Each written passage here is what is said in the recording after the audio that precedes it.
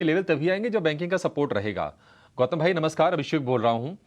अगर अब आपसे बैंकिंग के बारे में पूछें अगर कि बैंकिंग इंडेक्स का मूड आपको कैसा लग रहा है, शेयरों की अगर हम बात करें, क्योंकि हम देख रहे हैं कि एचडीएफसी बैंक ने ना सिर्फ स्थिरता दिखाई है बल्कि अब तेजी की शुरुआत भी कर दी है। 1500 रुपए के आसपास के स्तर हैं। आपको बैंकिंग में इस वक्त क्या सबसे सही लग रहा है, प्राइवेट बैंकों का खेमा या फिर सरकारी बैंक? और विद इन इस स्पेस में स्टॉक्स अगर बता देंगे तो और सोने पे सुहागा हो जाएगा। देखिए, पिछले 1 डेढ़ महीनों में जब बाज़ार का थोड़ा-सा डिफ़िकल्ट फ़ेज़ था, तो हम बैंक्स की तरफ देख रहे थे, बट बैंक्स ने पार्टिसिपेट नहीं किया। इनफैक्ट बैंक निफ्टी 46,000 के सपोर्ट लेवल से घूम के वो आया है और इस पूरे पीरियड में रिलायंस ने पूरे मार्केट को बचाया, क्योंकि रिलायंस गिरा ही नहीं और अब वापस 3,000 के आस-पास है और मुझे लगता है कि रिलायंस यहाँ से भी काफ़ी अच्छा करेगा, अगर किसी का 6 से 12 महीने का व्यू है। बट जिस तरह की प्राइस एक्शन पिछले 7 दिनों में रही है बैंक निफ्टी में, मुझे लग रहा है कि ये मूव जेन्युइन है और इस बार ऊपर की तरफ ब्रेकआउट होनी चाहिए। सो 48,500 एक बार अगर निकलता है तो 1,500 पॉइंट की और मूवमेंट आनी चाहिए और मुझे लग रहा है कि अगले 3 से 4 महीनों में बैंक निफ्टी 50,000 के लेवल तक चला जाएगा। अब अगर ये रैली प्ले करना है तो किन शेयरों में आपको रहना है? आई थिंक आपको एसबीआई में रहना है, हमारा फेवरेट रहा है। मैं जभी भी आपके चैनल पे आया हूँ, मैंने एसबीआई के बारे में बात की और मुझे लगता है कि 850 और ₹1000 तक एसबीआई चला जाएगा। एचडीएफसी बैंक भी अगर आप देखें तो चार्ट खराब नहीं है, क्योंकि स्टेबिलिटी अच्छी होती है इतने बड़े अंडर परफॉर्मेंस के बाद। 1400-1420 का अच्छा बेस हो गया है और मुझे लग रहा है कि धीरे-धीरे एचडीएफसी बैंक में भी 7 से 10% की मूव आएगी। बट अगर आपको आउट परफॉर्मेंस प्ले करना है, तो वो एसबीआई और आईसीआईसीआई बैंक में आएगा, उसमें ज़्यादा कमिटेड रहिए।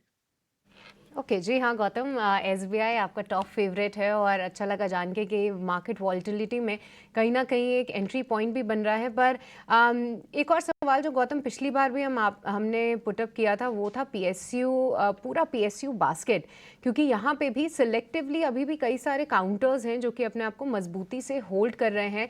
तो इस समय क्योंकि कई सारे तर्क आते हैं कि वैल्यूएशंस किस तरीके से हैं, साथ ही अगर कंपेयर करें कि इलेक्शन सीजन है उसको लेकर कई सारी कमेंट्रीज आती हैं। पर ऐसे में अगर किसी को एक्सपोजर और बढ़ाना हो या फिर एक फ्रेश एंट्री लेनी हो तो पीएसयू पैक में कोई सेलेक्टिव काउंटर्स जिस पे आपकी नज़र है? देखिए, 4-5-6 महीना पहले एक ऐसा सिचुएशन था कि आप पीएसयू शेयर में कुछ भी ले लीजिए और उसमें पैसा बनता था। अब आई थिंक मेरे हिसाब से वो फेज़ गया, क्योंकि जितनी बड़ी रैली आनी थी वो आ चुकी। सारे जो पॉजिटिव्स है वो ऑलरेडी फैक्टर्ड इन हो चुके और वैल्यूएशन स्ट्रेच नहीं है, क्योंकि ये सारे शेयर सिंगल डिजिट पीई से चले थे और अभी भी लो डबल डिजिट पीई पे है। तो एज़ सच कोई फ्रॉथ या कोई इतनी बड़ी हायर वैल्यूएशन ये सब में नहीं है और इसके कारण ये स्टेबल है।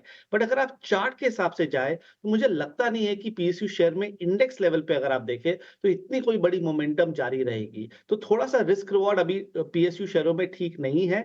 सो ओवरऑल बेसिस पे थोड़ी-सी दूर रहनी चाहिए। But with in the space momentum काफ़ी अच्छा है, तो 2 शेयर जो हमें अच्छे लगते हैं। देखिए, हमारा मेटल्स पे काफ़ी बुलिश व्यू है। हम कहते आए हैं कि this year could be a special year for metal stocks और मेटल्स में अगर आप सेल और नैल्को को देखें जो पीएसयू स्पेस में भी है, मुझे लग रहा है कि यहाँ पर कुछ सुपर नॉर्मल रिटर्न्स इस साल बन सकती है और दोनों अभी भी काफ़ी अंडर वैल्यूड है। तो क्योंकि आपने पीएसयू के बारे में बात किया, तो ये 2 शेयर तो हमें अच्छे लगते हैं और साथ-साथ में जो टॉप पीएसयू बैंक्स है, एसबीआई, कैनरा बैंक और बीओबी, वहाँ भी अच्छी रिटर्न बननी चाहिए।